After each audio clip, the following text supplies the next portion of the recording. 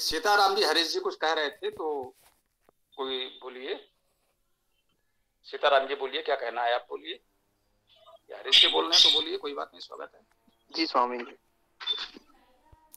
स्वामी जी, ऋग्वेद मंडल 1 सूक्त 116 के मंत्रों में मैं भाष्य पढ़ रहा था दयानंद जी का, तो उसमें अभी जो चर्चा चल रही थी विमान के बारे में, तो उससे संबंधित जानकारी के निर्देश मिले हैं। इस पर आप अपने विचार रखिए।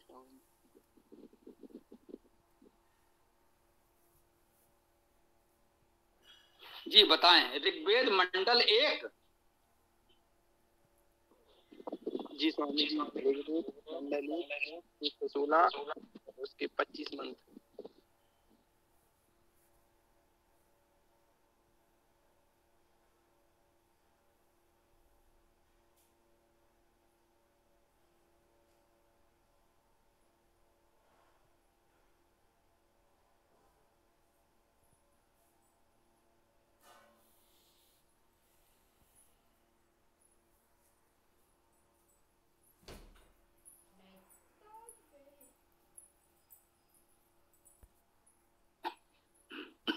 भैया जी, आपने कहा है ऋग्वेद मंडल 1 सूक्त 16। सीताराम जी, स्वामी जी, जी सूक्त 116। जी 116, ठीक ठीक। हम 16 देख रहे थे इसलिए कम हो गया। 116, हाँ, 116 का 25वां मंत्र। नहीं स्वामी जी, उसमें 25 मंत्र प्रथम में इस विद्या के बारे में, और इसी तरह विमान के बारे में। नहीं, देखिए, एक मंत्र बताइए, हम उसकी बात कर सकते हैं, बाकी हम नहीं कह सकते। मंडल 1 सूक्त 116 तो मिल गया। अब इसमें से किस मंत्र की बात आप करना चाहते हैं, पहले वो बताइए। 25वां मंत्र है, प्रथम मंत्र है, कौन सा मंत्र आपका है? स्वामी जी, प्रथम मंत्र। हाँ, ये हम अब बात हो सकती है। जो इसका प्रथम मंत्र है, ओम ना सत्याभ्याम बर्हिरिव मवृंजे स्तोमो यर्भ्रियेव वातः या वर्भगाय विमदाय जायाम सेना युवा निरतो रथेन। भैया, इसमें कहां से कौन सा वायुयान विमान आ गया, मुझे तो नहीं दिख रहा है।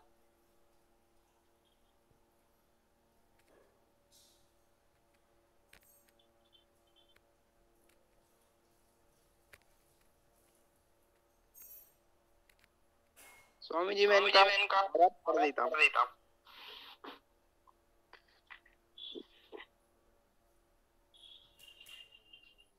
हाँ, पढ़ दीजिए। वैसे हमें मंत्र से आशय होता है, अन्य भावार्थ आदि तो कुछ भी हो सकता है, हम मंत्र की बात करते हैं। फिर भी पढ़ दीजिए, देखते हैं। हे मनुष्यों, जैसे न सत्याभ्याम सच्चे पुण्यात्मा शिल्पी अर्थात कारीगरों ने जोड़े हुए रथेन विमान आदि रथ से जो सेना जुवा वेग के साथ सेना का चलाने हारे दो सेनापति अर्थ भगाए छोटे बालक व विमानदाय विशेष जिससे आनंद होवे उस जुआन के लिए जयायाम स्त्री के समान पदार्थों को न्यू हेतु निरंतर एक देश से दूसरे देश को पहुंचाते हैं। वैसे अच्छा यत्न करता हुआ मैं स्तुमान मार्ग के सूदे होने के लिए बड़े बड़े पृथ्वी पर्वत आदि को बरहिरिद बड़े हुए जल को जैसे पंजे छिन्न भिन्न करता तथा बातः पवन जैसे अभी एव बादलों को प्राप्त हो वैसे एक देश को एयरमी जाता हूँ।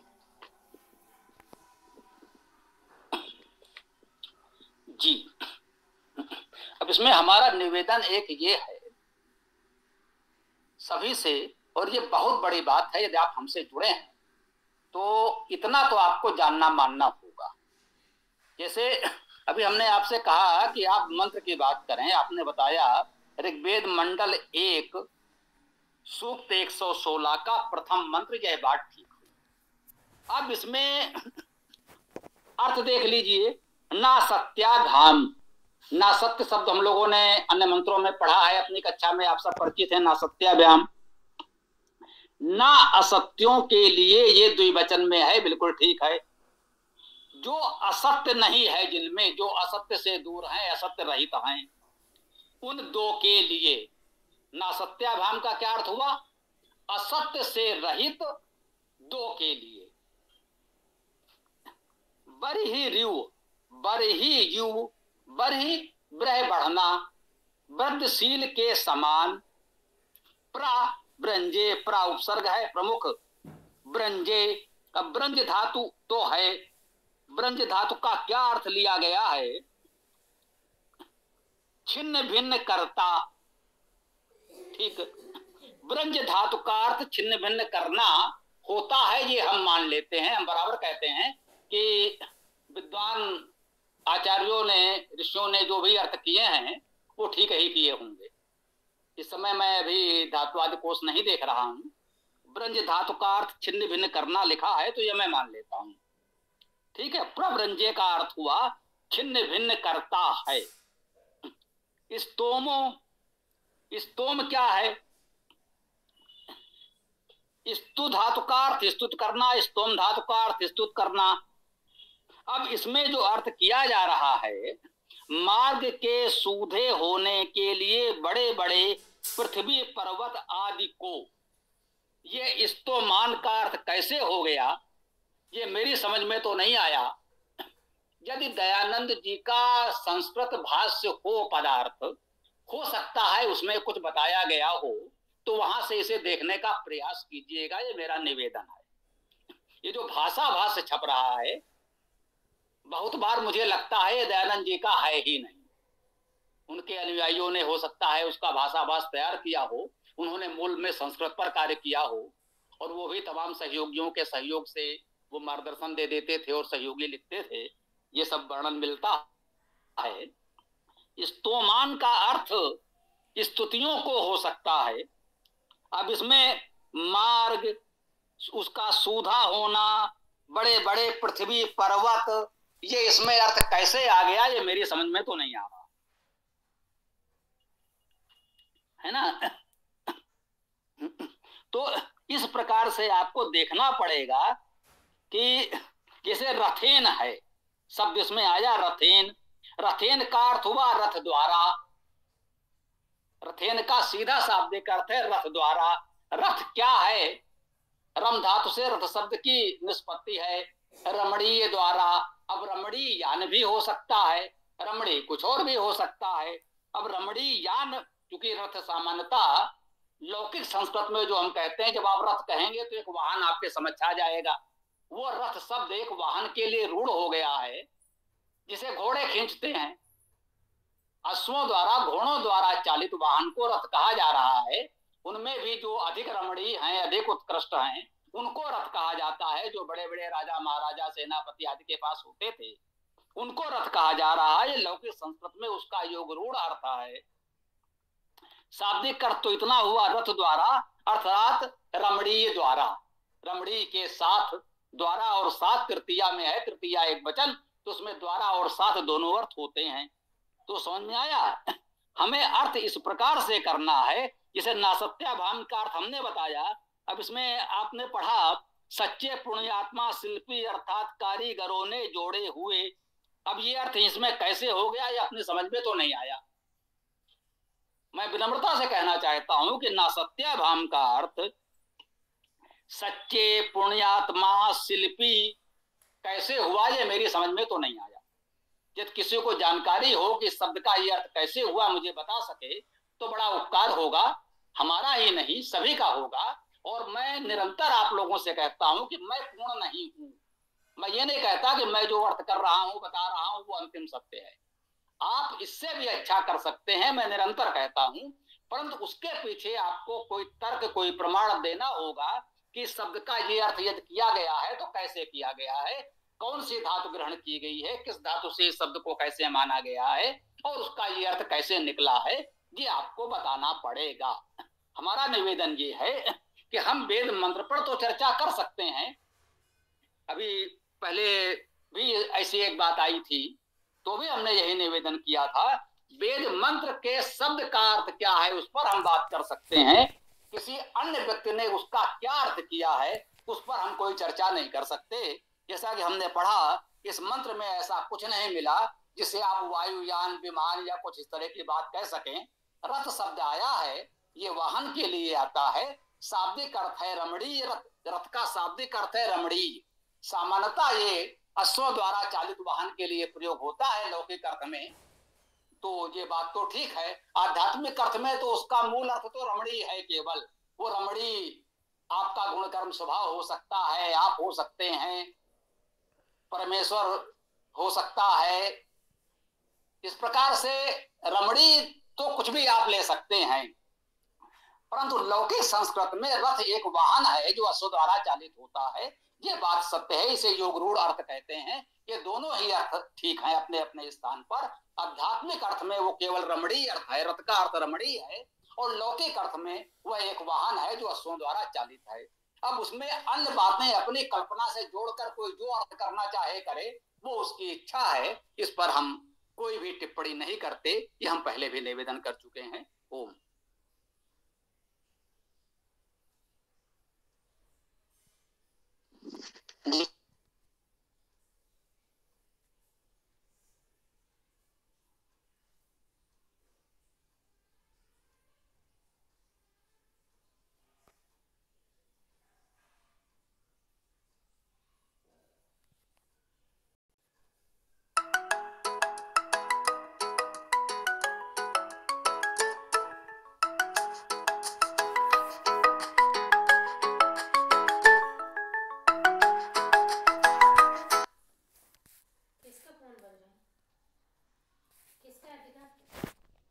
पता नहीं किसका है, नंबर बता।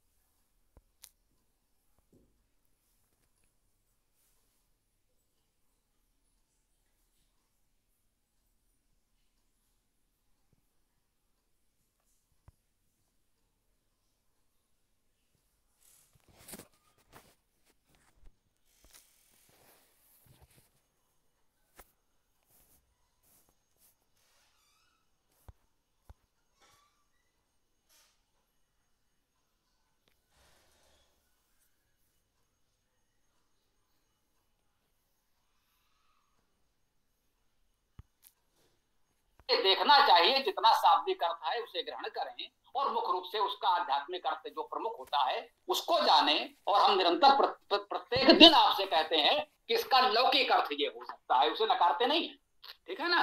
ओम।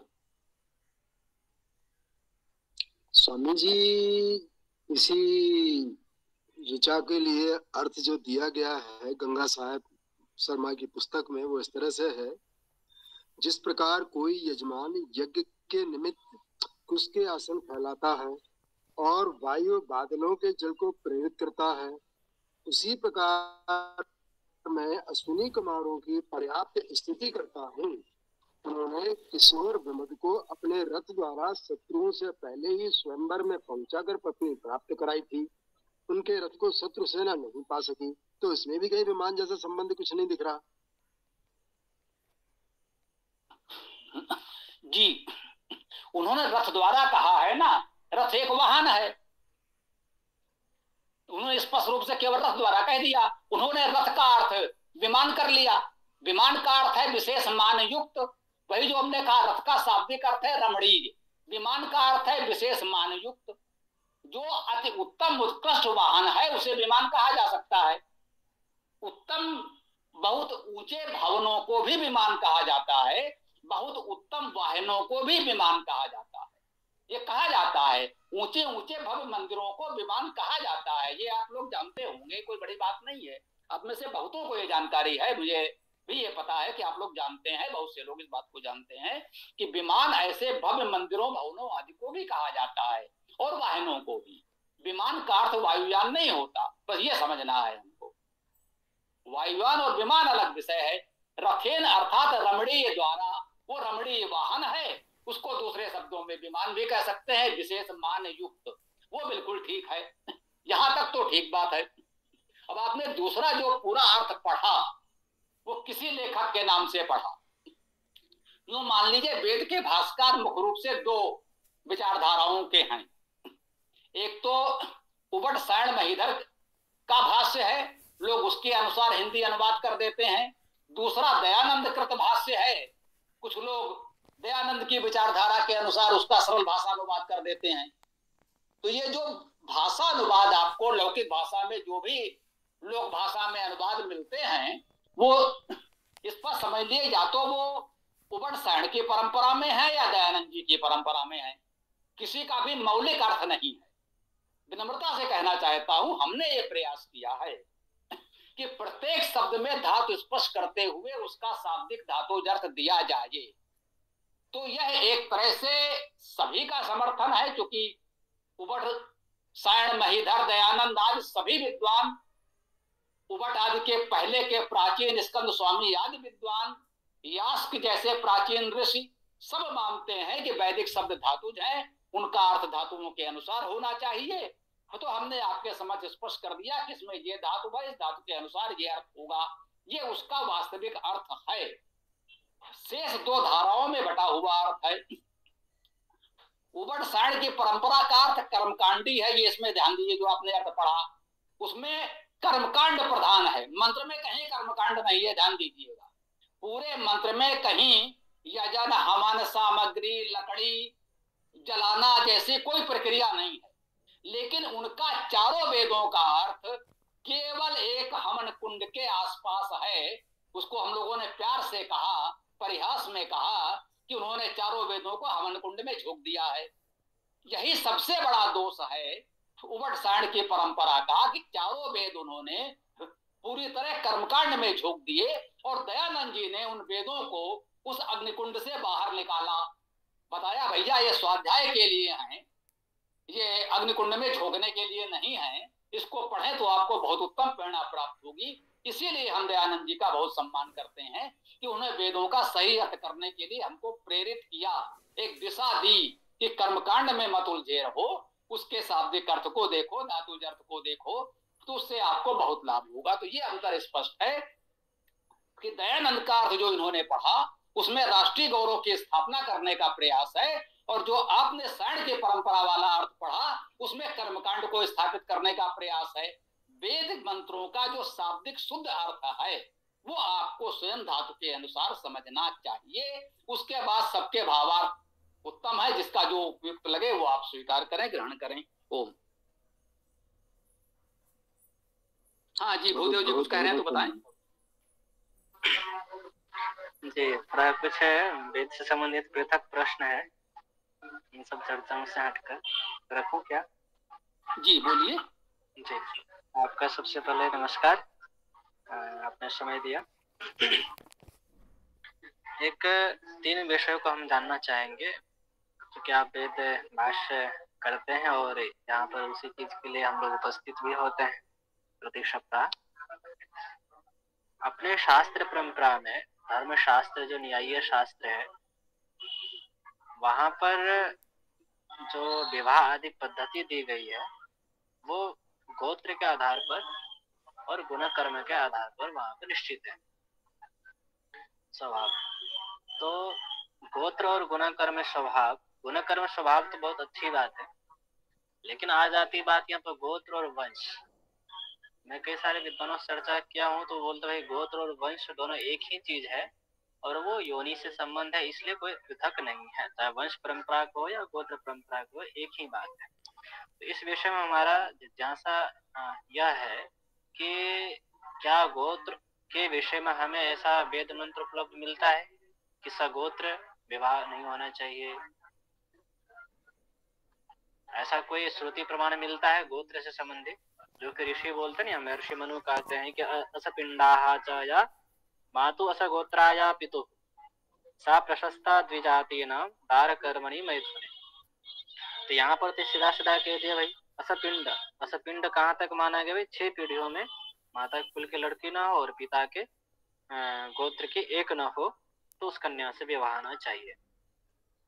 तो इस विषय में हम यही जानना चाह रहे हैं कि यहाँ पर एक तो पहले हम प्रमाण देखें, इसमें क्या वेद प्रमाण हमें उपलब्ध होता है इस धर्मशास्त्र के साथ साथ? क्या इसको हम अनादि परंपरा कहें? ये जो गोत्र व्यवस्था है इसे क्या अनादि सनातन परंपरा माना जाए? क्योंकि अनादि परंपरा दो प्रकार का होता है। जी जी। एक तो धारा प्रवाह से जब सृष्टि आरंभ हुई तब से अनादि कहते हैं। दूसरा ये कि वेद के जो प्रतिपादित सिद्धांत वो अनादि है। तो हम वेद के प्रतिपादित सिद्धांत के स्तर पर हम अनादि शब्द को जानना चाह रहे हैं। क्या यह जैसे वर्णाश्रम व्यवस्था अनादि है ऐसे ही क्या गोत्र व्यवस्था भी अनादि है?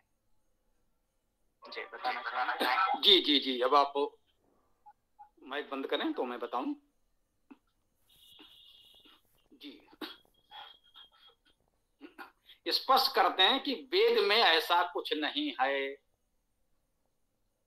स्पष्ट, चारों वेदों में एक भी वेद मंत्र ऐसा नहीं मिलेगा जिसमें ऐसी कोई बात कही गई हो। जैसा आपने कहा गोत्रवादी ये व्यवस्थाएं, और अंत में आपने कह दिया वर्णाश्रम व्यवस्था। तो वेद में वर्णाश्रम व्यवस्था भी वैसी नहीं है। जो वर्णाश्रम व्यवस्था बनाई गई है, जो गोत्रादि की व्यवस्था बनाई गई है, ये परवर्ती काल में समाज की आवश्यकताओं को देखते हुए तत्कालीन लोक हितैषी ऋषियों ने बनाई है। इसलिए हम उस सबका सम्मान करते हैं।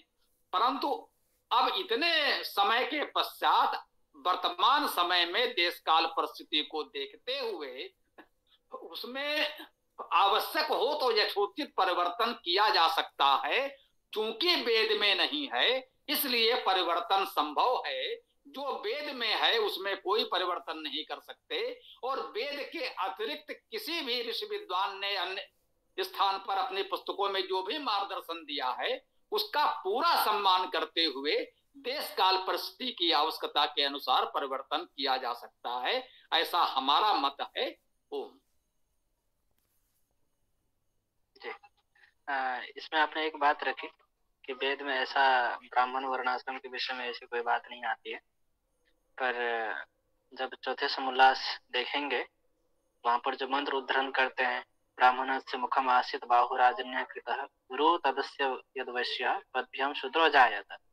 और यजुर्वेद का ये तो आपका 31वां अध्याय, 30वां अध्याय जब देखेंगे वहां पर 5वां मंत्र, तो वहां का है ब्राह्मणे ब्राह्मण्यम क्षत्राय राजन्यम मरुद्भ्यो वैश्यम, फिर वहां कहा तपसे शूद्रम। वहां पर एक सामाजिक व्यवस्था दी जा रही है कि किसको किस किस अधिकार में नियुक्त करना चाहिए। तो ये बात तो स्पष्ट है मेरे जानकारी में कि हाँ वेद मंत्र है कि वर्णाश्रम व्यवस्था की स्वीकृति दे रहा है। कि जैसे ये मंत्र हो गए आयुर्वेद का 3रा अध्याय पूरा आप देखेंगे तो वहाँ एक सामाजिक व्यवस्था को ही लागू करने के लिए वहाँ वो सारे मंत्र एक आदि भौतिक दृष्टि से अर्थ किया हुआ है। और अर्थ वैसा ही मालूम होता है। आध्यात्मिक और आधिदैविक करे वो अलग बात है।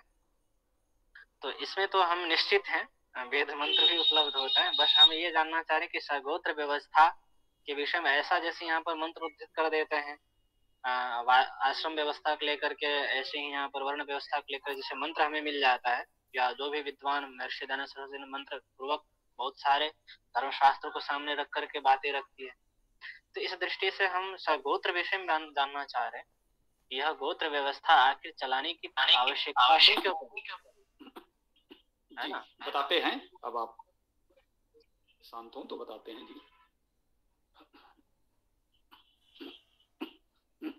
एक तो हमने स्पष्ट कर दिया, जो आपने गोत्र आदि की बात की, तो वेद के किसी मंत्र में गोत्र आदि का कोई वर्णन नहीं है।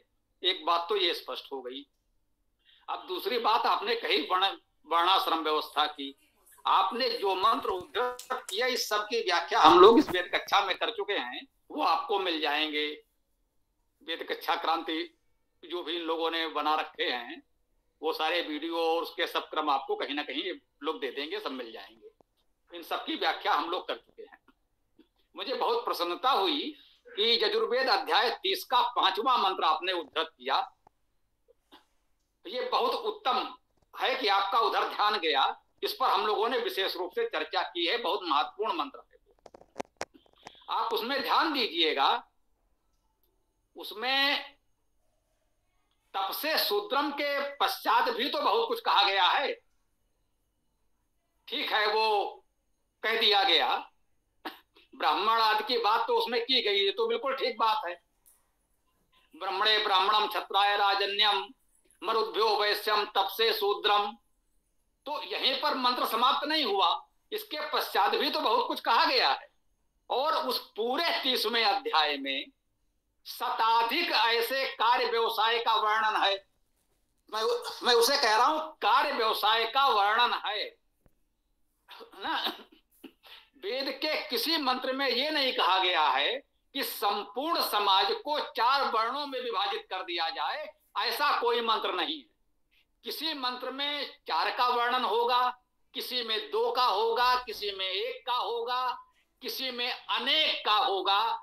30वें अध्याय में तो शताधिक हैं, 100 से अधिक हैं। तो समाज में अनेक कार्य व्यवसाय प्रचलित हैं। उस समय जो कार्य व्यवसाय प्रचलित थे उनमें से बहुतों का उल्लेख उस 30वें अध्याय में किया गया। बाद में उनमें से कुछ कार्य व्यवसाय समय के साथ समाप्त हो गए होंगे, नए कार्य व्यवसाय आए होंगे। वहां रथकार कहा गया है, रथ बनाने वाले। आज आप ऑटोमोबाइल इंजीनियर कहते हैं, रथों का स्थान अब दूसरे वाहनों ने ले लिया, अब उनके कारीगर आपके समक्ष हैं। तो इस प्रकार से कार्य व्यवसायों में थोड़ा बहुत परिवर्तन होता रहा और होता रहेगा। तो वहां संकेत कर दिया गया कि शताधिक कार्य व्यवसाय हैं और समाज को सबकी आवश्यकता है कि जहां आपको नृत्य गान मनोरंजन की आवश्यकता हो तो उनको बुलाइए, जहां आपको विद्या की आवश्यकता हो तो उनको बुलाइए, सुरक्षा की आवश्यकता हो तो उनको बुलाइए, कहीं कुछ कार्य व्यापार की आवश्यकता है उनको बुलाइए, है ना। आपको रथ चाहिए तो रथकार बुलाइए, आपको गाने सुनने हैं तो गायक बुलाइए। वो उसमें तो 100 से अधिक कार्य व्यवसायों का वर्णन कर दिया गया। तो समाज को 4 वर्णों में बांटने की बात तो किसी वेद मंत्र में कही नहीं गई। 30वें अध्याय में, यजुर्वेद के 30वें अध्याय में समाज में प्रचलित शताधिक, यूं कहें कि अनंत अनेक कार्य व्यवसायों का उल्लेख कर दिया गया। और आश्रम, जो 4 आश्रम कह रहे हैं, वर्णाश्रम में आपने आश्रम शब्द भी जोड़ दिया, इन आश्रमों का वर्णन कहाँ है वो भी मुझे अभी तक नहीं मिला। न गोत्र का वर्णन मिला, न इन 4 आश्रमों का वर्णन मिला। जो आप वर्ण व्यवस्था कह रहे हैं उसमें इतने सारे कार्य व्यवसायों का वर्णन मिला, केवल 4 व्यवसाय 4 वर्ण है ऐसा तो नहीं मिला। आगे आप अपनी बात कह सकते हैं। जी, आपने वहां पर जो कार्य व्यवसाय का जिक्र किया है तो मुझे भी स्वीकार्य है, लेकिन मैं जब इन सब चीजों को विचार करते हुए पाता हूँ, चारों वर्ण के अंतर्गत ही ये सारे वहाँ व्यवसाय आ जाता है। जो भी शिल्प विद्या वगैरह वहां पर वर्णन किया है, अधिकारियों का वर्णन किया गया है, वो सब विचार के अंतर्गत निहित है। देखिए, उन्हीं 4 में है। ये आपका विचार है या किसी वेद मंत्र में कहा गया है, जरा ये स्पष्ट कर दे। आप जब क्या बोलते हैं, एक तो महर्षि दयानंद जी के भाषण में आपके व्हाट्सएप पे भेज दूंगा, वो या तो आपके पास भी है, देखिएगा। और एक बात फिर यहाँ पर जब चौथे समोल्लास पढ़ेंगे, बिल्कुल यहाँ उल्लेख मिलता है कि चारों वर्ण का व्यवस्था हमें इस मंत्र से ज्ञात होता है। जो ब्राह्मण अस्य मुखम आसित, इसका प्रश्न बिल्कुल सीधा सीधा स्पष्ट उल्लेख मिलता है।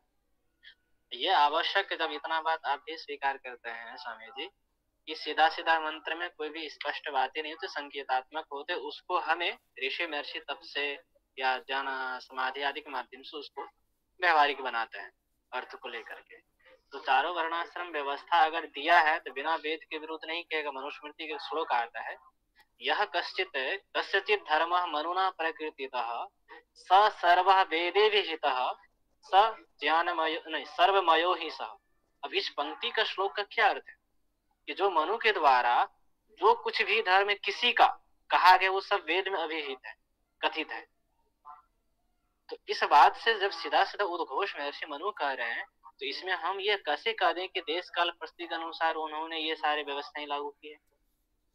वेद में सीधा सीधा उल्लेख। हाँ, अब जरा शांत हो। देखिए, हमने एक बात कही है, जितना वेद में है वही मूल प्रमाण है। मनु क्या कह रहे हैं और कोई और जीव क्या कह रहे हैं, हमें उनसे कोई लेना देना नहीं। मनु क्या कह रहे हैं मनु जाने। मनु के समय में जो परिस्थिति रही होगी, मनु को जो ठीक लगा उन्होंने कहा।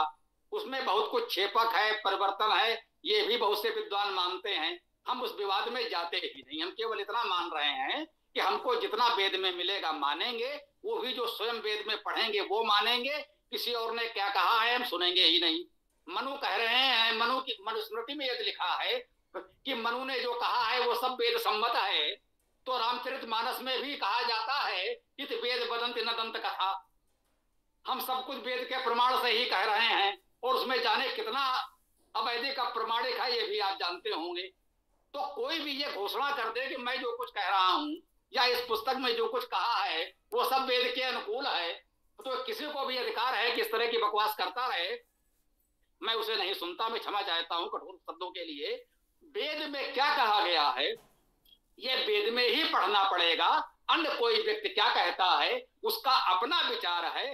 मैंने कहा मैं सभी महापुरुषों का सम्मान करता हूं, मनु का भी सम्मान करता हूं। आप हमारी पुस्तकें पढ़ें, वैदिक इतिहास पढ़ें, मनु का पूरा सम्मान है। पर मनु के नाम से जो मनुस्मृति छप रही है उसकी प्रत्येक बात को मैं वेद वाक्य के समान प्रमाण तो नहीं मान सकता। प्रमाण वेद है, मनुस्मृति नहीं है। मनुस्मृति में छेपक है, प्रक्षेप है, बहुत कुछ परिवर्तन है, ये भी तो बहुत से विद्वान मान रहे हैं। तो वेद तो मनुस्मृति की किसी बात को हम प्रमाण क्यों माने? हम सीधे सीधे वेद से ही क्यों ना प्रमाण ढूंढे? ये हमारा अपना मत है। बाकी आपके विचार अलग हो सकते हैं, आवश्यक नहीं है कि आप हमसे सहमत हो और हम आपसे सहमत हो। हम मतभेदों का सम्मान करते हैं।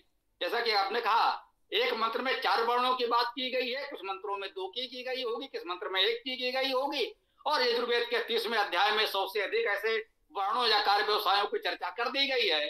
तो समाज में बहुत से कार्य व्यवसाय हैं तो हैं, ये सब 4 वर्णों के अंतर्गत आते हैं। ये किसी वेद मंत्र में कहा गया हो तो वो वेद मंत्र केवल बता दीजिए, और मंत्र बताइएगा। किसी व्यक्ति का किया हुआ अर्थ भावार्थ नहीं चाहिए मुझे, इस पर समझ लें। हम वेद को प्रमाण मानते हैं, किसी के वेद भाष्य को प्रमाण नहीं मानते, ये भी स्पष्ट है, ये ध्यान रखिएगा। हमें भाष्य मत सुनाइएगा, केवल और केवल वेद मंत्र सुनाइएगा, और उसके प्रत्येक शब्द का धातु के अनुसार अर्थ बताइएगा। जो अर्थ निकलेगा वो हम स्वीकार कर लेंगे, वो हमसे विपरीत होगा तो भी स्वीकार कर लेंगे, आपका पूरा सम्मान करेंगे। ओम। जी स्वामी जी, ये जो मंत्र यजुर्वेद का ब्राह्मणों से मुखम आसीत, इसका मैं अगले रविवार को आपके साथ में चर्चा करना चाहूंगा धातु पूर्वक, और आपका भी हम विचार जानना चाहेंगे इसमें क्या निकल के आता है। आपने जैसे बार बार कहते हैं कि भाई वेद मंत्र क्या कहते हैं, किसी के भाष्य क्या कहता है वो अभी हम गौण रखेंगे, वेद मंत्र क्या कहता है इसके आधार पर अगले रविवार को मैं पुनः उपस्थित होऊंगा। ये बात यही रखते हैं। अभी हम ये आपसे और जानना चाहते हैं, तो कि आप कई सारे शास्त्र पढ़े लिखे भी हैं, जैसे आपने अभी जिक्र भी किया कि देश काल परिस्थिति के अनुसार बनाई जाती है कोई भी व्यवस्था। ठीक है, हमें भी स्वीकार्य है, लेकिन हम यही जानना चाहते हैं क्या सगोत्र में 6 पीढ़ी भी ना हो तो ये व्यवस्था हमें स्वीकार्य हो कि हाँ शादी व्यवस्था अभी जो भी चल रहा है एक गोत्र में, एक ही वंश में, अपने ही रिश्ते में, ये सब उचित है? फिर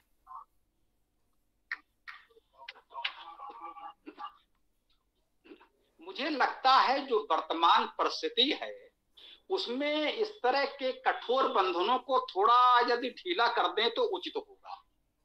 मतलब उसका जहां तक निर्वाह संभव हो किया जाए, मुझे उस पर कोई आपत्ति नहीं है। लेकिन कह सकते हैं मेरा ये विचार है जो वर्तमान समय की परिस्थितियां हैं उनमें इनमें थोड़ा लचीलापन रखें तो समाज के हित में अधिक है। क्योंकि इतने कितनी पीढ़ियों का ध्यान कौन कहाँ कैसे रख पाएगा। इस समय तो ये सब बड़ा कठिन हो गया है, ये सब करना समझना। और जिस तरह की आज की सामाजिक व्यवस्था जटिल बन चुकी है, मनु के समय में क्या स्थिति थी, व्यास जी के, शंकराचार्य जी के समय में क्या स्थिति थी, कहें दयानंद जी के समय में जो समाज था आज बहुत तीव्र गति से परिवर्तित हुआ है। आज के समाज की कल्पना भी तो दयानंद जी नहीं कर सकते थे। तो इतने तीव्र परिवर्तन के पश्चात उचित यही होगा कि इन सब बातों पर मतलब ठीक है इसको जाने माने यथासंभव पालन भी करें, लेकिन इस पर बहुत कठोर ना हो। ये हमारा अपना विचार है, आपके या किसी के विचार अलग हो सकते हैं, उसका स्वागत है। मैं नहीं कहते सब लोग बिल्कुल शब्द सा मुझसे सहमत हो जाएं, लेकिन यदि मेरा विचार जानना चाहें तो मुझे लगता है कि इसमें इसका ध्यान रखना अच्छी बात है, परंतु बहुत कठोरता ना हो, लचीलापन हो तो ठीक रहेगा। ये सब गोत्र वाली बात ठीक है। अब दूसरे बात लोग कहने लगते हैं रिश्ते वाली बात। तो अब जैसे कृष्ण की बहन का विवाह सुभद्रा का विवाह अर्जुन से हुआ, तो वो दोनों ममेरे फुफेरे भाई थे। बोले साहब वो तो मामा फूफू भाई बहन में विवाह हो गया। अरे भाई, गोत्र की परंपरा का यहाँ ये उपयोग है कि दोनों का गोत्र अलग अलग था, सगोत्री विवाह नहीं हुआ। सुभद्रा का गोत्र उनके पिता से देखा जाएगा तो अलग होगा, और अर्जुन का गोत्र उनके पिता से देखा जाएगा तो वो अलग होगा। तो वो सगोत्री विवाह नहीं हुआ। भले ही रिश्ते में वो मामा फूफू भाई बहन लगते थे, लेकिन वो विवाह को समाज ने स्वीकृति दे दी। क्योंकि सगोत्री विवाह नहीं था तो उसमें सगोत्री विवाह पर अधिक बल दिया जाता था कि सगोत्री विवाह ना हो। भले ही वो निकट के संबंधी थे, सगोत्र नहीं था, इसलिए विवाह को स्वीकृति मिल गई। अब आज की परिस्थिति में कहें कैसे मामा फूफू के भाई बहन में विवाह हो जाए, आज के समाज में ये तो स्वीकार नहीं किया जा सकता। भले ही गोत्र एक हो लेकिन इतना निकट का रिश्ता ना हो। तो आज का समाज तो मेरे विचार से कुछ ऐसा चल रहा है, जो एक सामान्य समाज हमारे सामने है, और देश के विभिन्न सुदूर क्षेत्रों में अलग अलग व्यवस्थाएं भी चल रही हैं।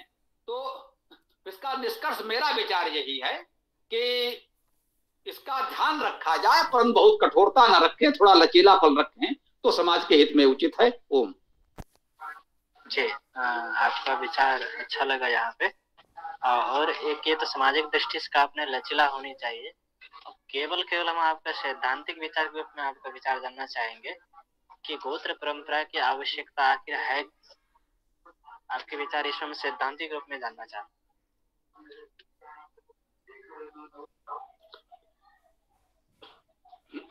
जी। हाँ, सब लोग इस बात को थोड़ा ध्यान से समझ लें। अब यहाँ प्रश्न उठा कि गोत्र होता क्या है। आपका जो प्रश्न है उसका उत्तर तब पता चलेगा जब पहले सब लोग ध्यान से ये बात समझ लें कि गोत्र क्या है। गोत्र जो सामान्यता है वो ऋषियों का नाम है। बहुत से ऋषि हुए हैं जिनको गोत्र प्रवर्तक ऋषि कहा जाता है। उन ऋषियों की परंपरा में जो है वो उस गोत्र के कहे जाते हैं। कोई भार्गव है अर्थात भृगु ऋषि की परंपरा में है। कोई कौशिक है, गोत्र है उसका, अर्थात वो कुशिक ऋषि की परंपरा में है।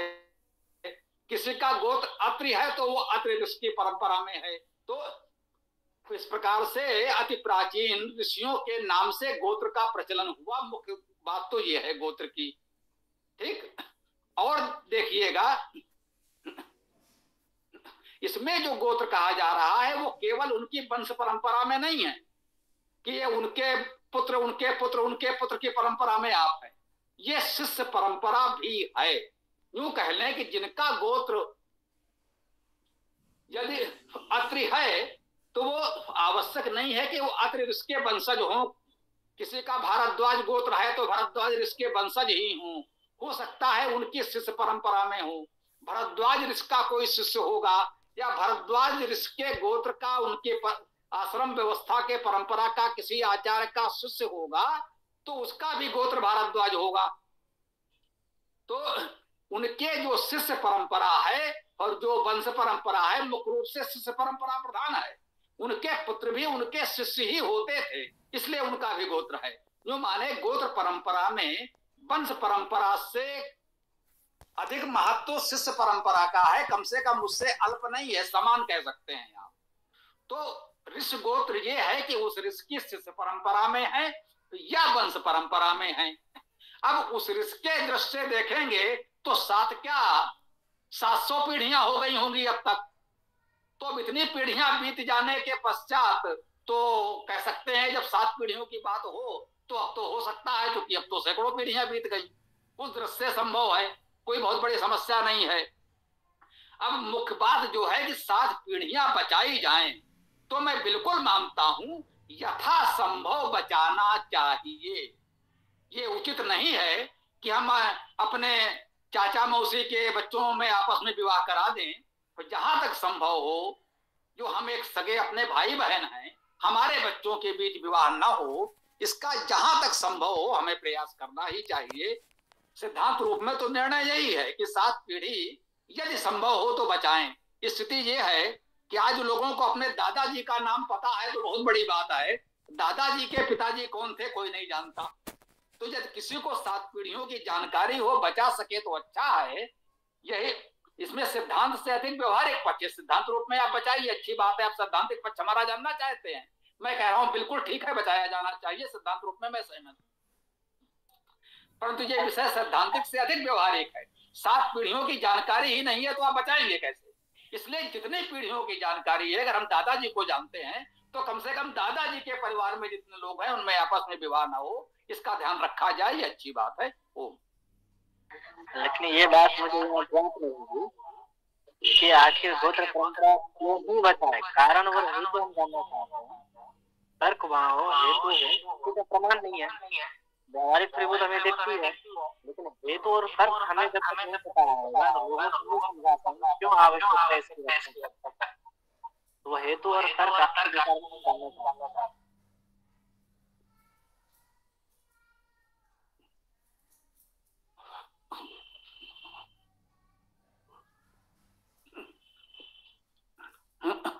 जहां तक हेतु और तर्क का प्रश्न है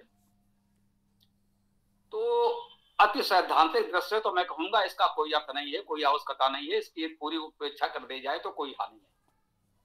यदि विशुद्ध सैद्धांतिक स्तर पर, उच्च स्तर पर जाएंगे तो निश्चित रूप से इसकी कोई बहुत बड़ी बात नहीं है। पर तो कह लीजिए अगर सगे भाई बहन का विवाह भी कोई कर ले तो कर ले, इतिहास में हुए भी हैं पूरे विश्व में, कहीं ना कहीं इसे बहुत से उदाहरण मिल भी जाएंगे।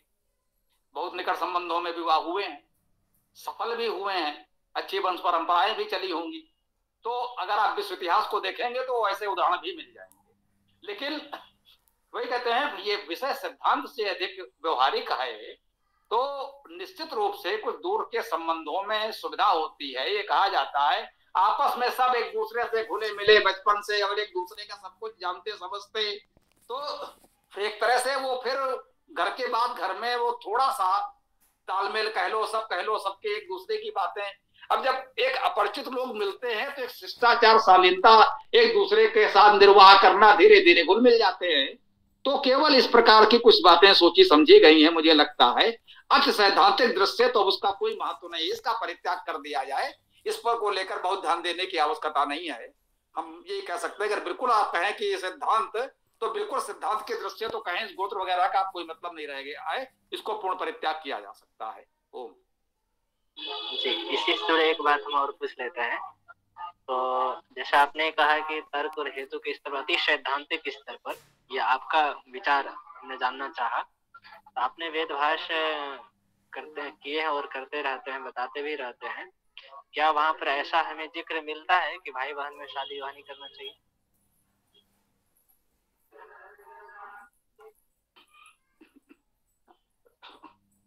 देखिए वेद में ऐसा कोई निर्देश है ही नहीं कि सगोत्री विवाह न हो या भाई बहन में हो कि न हो, वहां इस तरह का कोई निर्देश नहीं है। इसीलिए तो कहा कि ये सब बातें आपको देशकाल परिस्थिति के अनुसार तय करनी पड़ेंगी। ये तो मान लीजिए संयोग से एक परिवार, कल्पना करें थोड़ी देर के लिए, किसी ऐसे निर्जन स्थान पर चला गया, फंस गया कि अब उसको कहाँ जाना है, क्या है, वापसी का कोई कारण उसके पास साधन नहीं बचा, और उसमें केवल माता पिता भाई बहन का इतना ही परिवार है।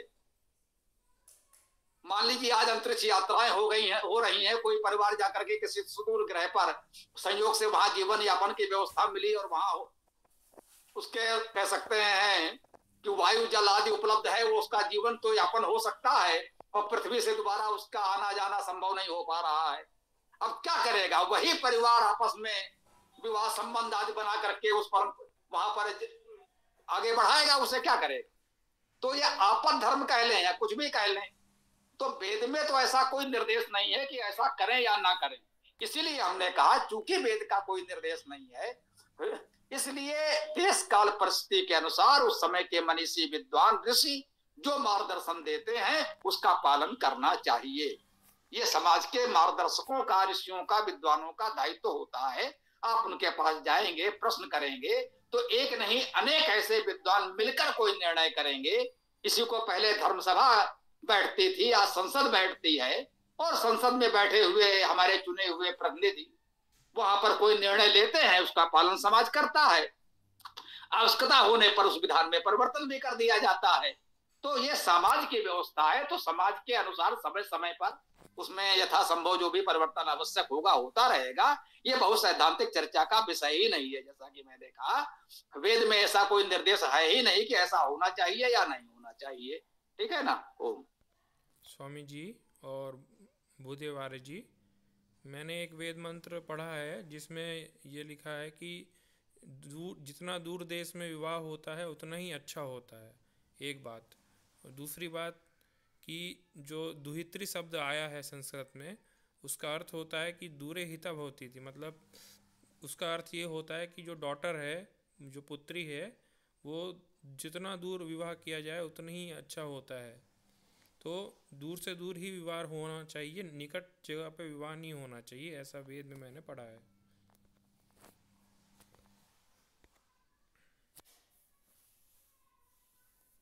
जी। यहाँ पर पता नहीं स्वामी जी ये वेद मंत्र नाम से ऐसा उद्धृत तो नहीं किया, दूरे हिता भवती ऐसा करके जो आता है, कहीं का वचन उद्धृत कर रहा है, मुझे ध्यान नहीं आ रहा किस वचन ग्रंथ का है। मैं ये सामाजिक दृष्टि स्वीकार करता हूँ इसी चीज को, तो हम एक हमारी जो सामाजिक विज्ञान व्यवस्था रही उसी चीज को हम गहराई समझना चाहते हैं। आखिर उन सब व्यवस्थाओं की आवश्यकता क्यों और कैसे थी, आज भी है नहीं। इसलिए तो मैं एक शब्द प्रयोग कर रहा हूँ, अनादि शब्द। अनादि शब्द में भ्रष्टता संभव है, लेकिन उसकी आवश्यकता हमेशा हर काल में रहेगी। जैसे वर्ण व्यवस्था में भ्रष्ट हो चुका है, लेकिन क्या वर्णकंता के जो कार्य स्वभाव के नियुक्त अनुसार व्यवस्थाएं दी गई थी, क्या आज लोग आचरण नहीं कर रहे हैं? खूब कर रहे हैं। क्षत्रिय सारे विभाग आज राज शासन में बैठा हुआ है, अनुशोधकर्ता करने वाले से सब ब्राह्मण के जो अधिकारी पद होता था सब एक शिक्षा विभाग में जाकर बैठा हुआ है। व्यापार से संबंधित लोग अधिकांश व्यापार कर रहा है, श्रम साध्य व्यक्ति आज भी शूद्र वाला काम कर रहा है। तो ये अनादि है, इसको कोई मिटा नहीं सकता। गुण कर्म स्वभाव के आधार पर जो निश्चित कर्म व्यवस्थाएं हैं, यही चीज हम जानना चाहते हैं कि गोत्र के विषय में क्या ये अनादि है, गुण कर्म के आधार पे है? अगर गुण कर्म का आधार पे मिटा ही नहीं जा सकता है। इसकी हानियां वगैरह जो गिनाया है वो ठीक है, एक मानसिक बौद्धिक स्तर पे हमें न्यूनता आएगी, लेकिन शरीर के स्तर पर कोई न्यूनता नहीं आएगी। हम यहाँ तक ऐसा समझ पा रहे हैं। तो इसलिए अगर कोई भाई बहन शिक्षा से युक्त है, वहाँ प्रीति जरूर है। जैसे मैं महाराष्ट्र के उदाहरण कि वहाँ पर एक मामा और बेटा बेटी शादी करते हैं, अगर मना करे तो आप तो अन्यत्र जाके विवाह करें, नहीं तो मामा के बेटा बेटी या फूफा फूफी की बेटा बेटी यहाँ प्रीतिपूर्वक जीवन भी जी रहे। तो हमें विचार करना पड़ेगा अपने ऋषि परंपराओं का, आखिर वो आवश्यकता पारिस्थितिक थी या सार्वकालिक थी, ये बिंदु विचारणीय है। जी, यही तो हम कह रहे हैं कि वेद में ऐसा कोई निर्देश नहीं है, तो अन्य विद्वान ऋषियों ने जो कुछ कहा वो देश काल परिस्थिति के अनुसार है, और देश काल परिस्थिति के अनुसार उसमें परिवर्तन हो सकता है और होना चाहिए। यही तो मैंने कहा है। अलग क्या बात हुई? वही बात आप कह रहे हैं, बिल्कुल ठीक बात है ना। वेद में नहीं है इसलिए सार्वकालिक नहीं है, और समय के अनुसार अपना कभी आवश्यकता रही होगी अधिक, अब उतनी नहीं है तो उसको जोड़ दीजिए। जैसे पूरा अभी आप उदाहरण देखें, इतिहास उल्टा के देख लीजिए, भारत को छोड़कर जितने भी दैत्य परंपरा राक्षस असुर वरात के लोग पूरे भारत के इर्द गिर्द देश अभी भी है। ग्रामीण समाज में जाएंगे तो अभी भी आपको भाई बहन शादी करता हुआ मिलेगा, उसकी संस्कृति ऐसी है। इजिप्ट है, इसमें पिता है भाई आपस में एक बेटी से या माँ से संतान पैदा करते थे, इनका इतिहास ऐसा कहता है। जैसे पशु है ना, गौ से एक ही संतान पैदा हुआ है, उसी से पैदा भी कर रहे अपना बेटा से मिलके। तो ये व्यवस्थाएं आपको विचार करना पड़ेगा मानव हित में, एक देवों की श्रेणी में आकर के क्या अनुचित है उचित है, हेतु और कारण पूर्व, तब तो सार्वकालिक वो बनेगा। क्योंकि कारण जो है कार्य हट जाएगा हट जाए, लेकिन कारण तो विद्यमान रहेगा। इस पूर्वक हमें चिंतन करना चाहिए, और इसमें चिंतन की आवश्यकता है मुझे सामाजिक विज्ञान के स्तर पे। इसलिए हम चर्चा करते हैं जो भी विद्वान इन शास्त्रों में लगे हुए हैं। और अच्छा स्वामी जी, एक बात हम और गोत्र संबंधित आपसे जानना चाहेंगे कि गोत्र की परंपरा में हमें जो इतिहास मिलता है वो कहते हैं कि ब्रह्मा के 4 पुत्र हुए, भृगु, अंगिरा, मरीचि, अत्रि। इसके भी फिर 4 पुत्र हुए, जिसके भृगु के कुल में जमदग्नि हुए, अंगिरा के कुल में गौतम, भरद्वाज, मरीचि के कुल में कश्यप, वशिष्ठ और अगस्त्य हुए, एवं अत्रि जो है विश्वामित्र के कुल में हो गए। इनसे गोत्र चला। 8 गोत्र जो बताते सप्त गोत्र।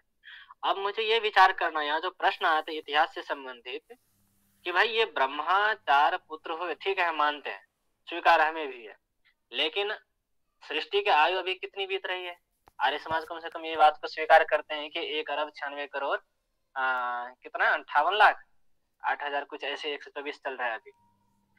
इस आधार पर हम ये प्रश्न बन रहा है इतिहास से संबंधित, भाई ये ब्रह्मा किस कालखंड में हुआ है? ये 28वां चल रहा है, तो क्या सृष्टि के आदि में जो प्रथम चतुर्युगी सतयुग चल रहा था उस काल में हुआ, वहां से गोत्र परंपरा हुआ है, या मध्य में जो 14वां चतुर्युगी चला, या क्या बोलते हैं 20वां चला, या यही जो चतुर्युगी प्रथम 28वां है इसी में सतयुग चला था, वहां से गोत्र परंपरा चली? ये एक कालखंड को प्रश्न निकल कर आ रहा है जो कि व्यक्ति जानना चाह रहा है, नहीं तो इनका कोई औचित्य नहीं बनता है अगर कालखंड आदि पर अगर विचार करके हम नहीं इस बात को प्रस्तुत करेंगे तो। अगर शास्त्रीय बात में कहीं भी बातें सत्य है तो कालखंड है, उसकी तार्किक है हेतु, इन सब चीजों का हमें एक ठोक बजा करके हम उस बातों को जब हम किसी के सामने रखते हैं तो वो काफी बात ग्राह्य होता है। तो हम यही जानना चाहते हैं ब्रह्मा किस कालखंड में हुआ था जिनके नाम से 4 गोत्र चला। इस विषय में आपका विचार जानना चाहेंगे।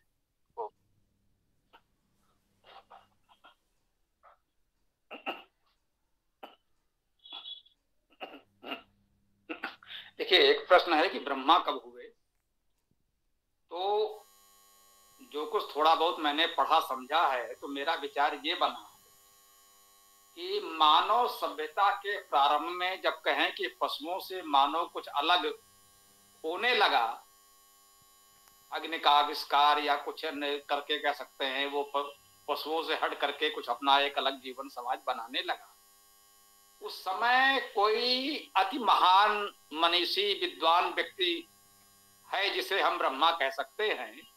मानव सभ्यता के आदि में किसी ब्रह्मा नाम के प्राणी ने, एक व्यक्ति मनुष्य ने कुछ व्यवस्थाएं बनाई, संभवतः वेद भी उसी के माध्यम से हमको मिले, और धीरे धीरे अन्य व्यवस्थाएं परंपराएं जैसी भी गई चलती गई।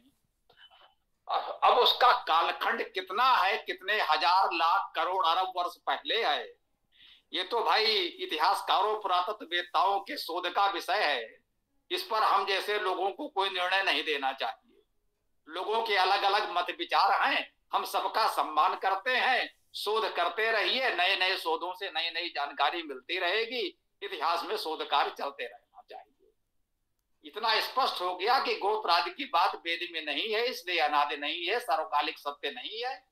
तो देश काल परिस्थिति के अनुसार आप चाहें तो लचीलापन अपना सकते हैं, उसमें परिवर्तन कर सकते हैं। इस विषय को मेरे विचार से यहाँ समाप्त किया जा सकता है।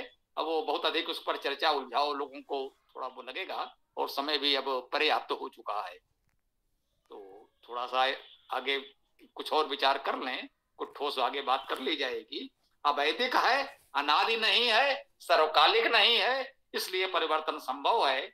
अब हमारे विचार में यहाँ इसको हम लोग समापन कर सकते हैं, विराम दे सकते हैं, और ये भी कह सकते हैं कि सब लोग हमसे सहमत हो, ये आवश्यक नहीं है, और लोगों के विचार अलग हो सकते हैं, जैसा जो उचित समझे। तो सीताराम जी आगे की व्यवस्था जैसा उचित समझे। आज चूंकि भी मैंने देखा समय भी पर्याप्त हो गया है, तो कोई और महत्वपूर्ण विषय हो तो आप देख लें, या फिर वेदाष्टक का पाठ करके समापन करें। जी स्वामी जी, आपका बहुत बहुत धन्यवाद। आपने अपना विचार काफी अच्छे ढंग से रखे और जानने को भी मिला, इसके लिए पुनः धन्यवाद। भूदेव आर्य जी, आपने जो एक विवाह वाली बात उठाई है, तो ऋग्वेद के 10वें मंडल में यम यमी संवाद एक आता है, और अभी अपन लोगों ने दीपावली के बाद जो आती है द्वितीया, जिसे भ्रात द्वितीया कहा जाता है, उसका नाम यम द्वितीया है। तो उसके पूर्व, संभवतः उसके पूर्व ऐसा रहा हो जो आप बता रहे हैं कि भाई बहन के बीच में विवाह होते रहे हो, और यम वो पहले व्यक्ति रहे जिसने अपनी बहन के साथ विवाह करने से मना किया, नकार दिया, और वहां से ये क्रम चल पड़ा। तो इस बात को भी अपन को इस परिप्रेक्ष्य में समझना होगा कि जो मनुस्मृति की बात आती है, जो स्वामी जी ने कहा कि 7 पीढ़ियों को बचाने की, तो अब वर्तमान में हमारे संविधान ने उसको 5 पीढ़ी तक ले लिया है, क्योंकि 7 पीढ़ी के नाम याद करना ही बड़े मुश्किल है, 5 भी नहीं होंगे याद। तो स्वामी जी ने कहा लोगों को, बहुत सारे को तो अपने दादाजी का ही नाम नहीं मालूम होगा, जो उसके ग्रैंडफादर मतलब 3री पीढ़ी का। तो 7 तो याद रखना और भी दुष्ट कार्य है, और उससे पीछे जाए तो और भी जो है बड़ा ही क्या नाम से जिसे विषय बन जाता है। तो ये आपके उसका मेरा जो बुद्धि में आया वो आपको मैंने देने का प्रयास किया। मैं एक बार फिर कुछ कहना चाहता हूँ कि स्त्री को कहते हैं दुहित्री, जिसको इंग्लिश में डॉटर कहते हैं। तो उसका दुहित्री का अर्थ महर्षि दयानंद जी ने किया है कि जो दूर ही चले जाए तो अच्छा है, दूरे हिता भवती थी। और जैसा वहाँ पे सिद्धार्थ प्रकाश में लिखा है, वैसे ही एक यजुर्वेद का एक मंत्र भी मैंने पढ़ा है कि दूर देश में ही विवाह होना चाहिए, दूर दूर दूर हो, जितना दूर होगा उतना अच्छा होगा। बस। हाँ, ईसा पुत्र जी, यजुर्वेद का वो जो मंत्र आपने पढ़ा है वो जरा हमको दे दीजिएगा, तो वो मंत्र इस विषय में बहुत उपयोगी हो सकता है। यजुर्वेद का पूरा भाष्य हमारा है, आपके पास भी है, परंतु वो कौन सा मंत्र है, हो सकता है हम उस पर उतना ध्यान न दे पाए हूँ। तो जरा उस मंत्र का संकेत हमको भेज दीजिएगा, तो हम उसको विशेष रूप से देख लेंगे और इसलिए उपयोगी होगा जी। तो अब सीताराम जी, आप वेदाष्टक का पाठ प्रारंभ करें, और अगले रविवार को हम अन्य विषयों पर और भी विस्तृत चर्चा करेंगे। ओम। स्वामी जी, दुहित्री का जो मैंने अर्थ बताया, क्या वो सही है? दूरे हिता भवती थी। ये अलग विषय, मैंने कहा पहले आप वो मंत्र दे दीजिएगा, फिर उस पर चर्चा करते हैं। ठीक है स्वामी जी, धन्यवाद। चला, समय भी बहुत हो गया है, तो वो भी ध्यान रखना होता है। तो एक बात स्वामी जी मेरे जब जो बोलते हैं दूरे हिता दुहिता भवती, देखिए अर्थ है, शब्दों में से अर्थ निकालने की 2 शैली है। एक तो है धातुज पूर्वक हम कर ले, जो कि हमें यौगिकार्थ विज्ञान पता लगता है, और जैसे ही हम अर्थ करने के लिए किसी पदार्थ पे जाते तो योग रूढ़ विज्ञान पे आना ही पड़ता है, उस यौगिक विज्ञान से उतर करके नीचे। अब ये तो आपका व्याकरण साहित्य आदि शब्दकोश से हमें ज्ञान हो जाता है इतना सारे एक मंत्र के शब्दों का अर्थ, लेकिन इससे भी एक अगर हम ऊंचे ग्रंथ में पहुंचते हैं जो कि निरुक्त दर्शन शास्त्र है, वहां पर ये निर्वचन विधा बहुत प्रक्रिया वहां बताई गई, लगभग 4 या 5 प्रकार से आगत संस्कार और ऐसे कुछ वहां पर शब्द दिया हुआ है। तो वहां पर इस शैली से वहां पर निर्वचन करने का विधि विधान है कि धातु शब्द से भी हट करके आप प्रवाह पर प्रसंग को देखकर निर्वचन करे किया जाना चाहिए, जिसको कि स्वामी दयानंद जी ने यह सत्या प्रश्न से उद्धृत किया है, जो आप बोल रहे हैं दूरे हिता दुहिता भवती। ये निर्वचन है, ये शाब्दिक अर्थ नहीं है, समझ रहे मेरी बात को? तो इसलिए निर्वचन निरुक्त जो वेद भाष्य का शैली देते हैं, भाई इस अनुसार वेद भाष्य करे, तो वो भी हमें स्वीकार्य है, धातु शब्द भी स्वीकार्य है, लेकिन जैसे प्रसंग में जाएंगे धातु जहां काम ना आए वहां निर्वचन से काम व्यक्ति निरुक्त मतानुसार बहुत सारे भाष्यकार करते ही हैं। तो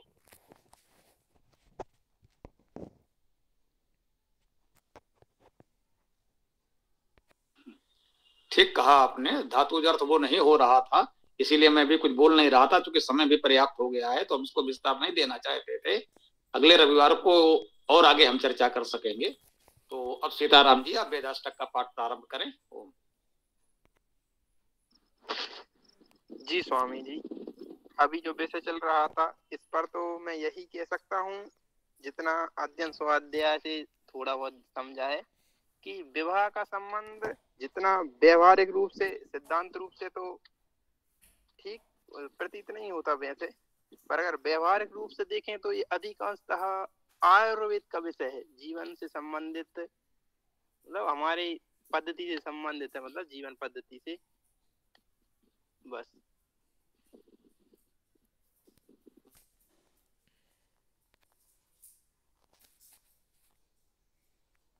ठीक है, मैं प्रारंभ कर रहा हूँ। ऋग्वेद प्रथम मंत्र। ओम अग्निमीडे पुरोहितं यज्ञस्य देवं ऋत्विजं होतारं रत्नधातमम्।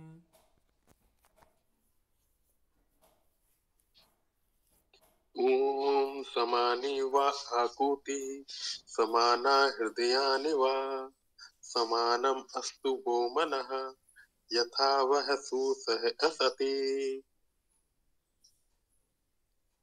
ओम सामवेद प्रथम मंत्र। अग्नि ओम अग्नि आयहि भीतये गिरणानु हव्यदातये निहोता स्वस्ति वहर्षि।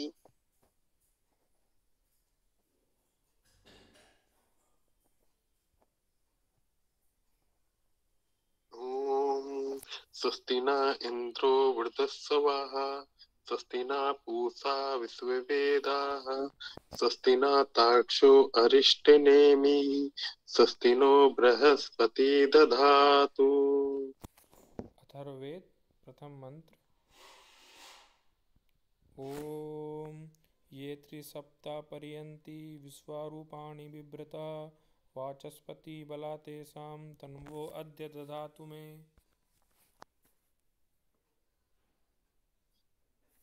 ॐ पनायम्य तत् अश्विना कृतं वाम वृषभो दिवो रजसा पृथिव्या सहस्रं संसा उत ये गविष्टो सर्वान् इतितान् उपयाता पिबध्यै। यजुर्वेद प्रथम मंत्र। ओम से त्वा ऊर्जे त्वा वायवः स्थ देवो वः सविता प्रार्पयतु श्रेष्ठतमाय कर्मणे आप्यायध्वम् अग्न्याः इन्द्राय भागम् प्रजावतीय अन्मीवा अयक्षमाः मा वा स्तेन ईशत मा अघसंसो ध्रुवा अस्मिन् गोपतौ स्यात् बह्वीः यजमानस्य पशून् पाहि।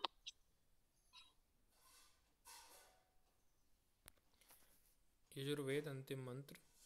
ओम हिरण्मयेण पात्रेण सत्यस्यापि हितं मुखं यो असौवादित्ये पुरुषः सो असौवहम्। ओम खं ब्रह्म।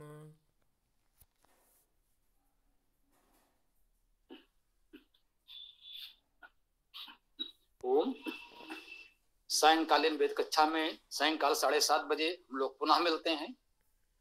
ओम स्वस्ति, ओम नमस्ते, ओम खम ब्रह्म, ओम खम ब्रह्म, ओम खम ब्रह्म।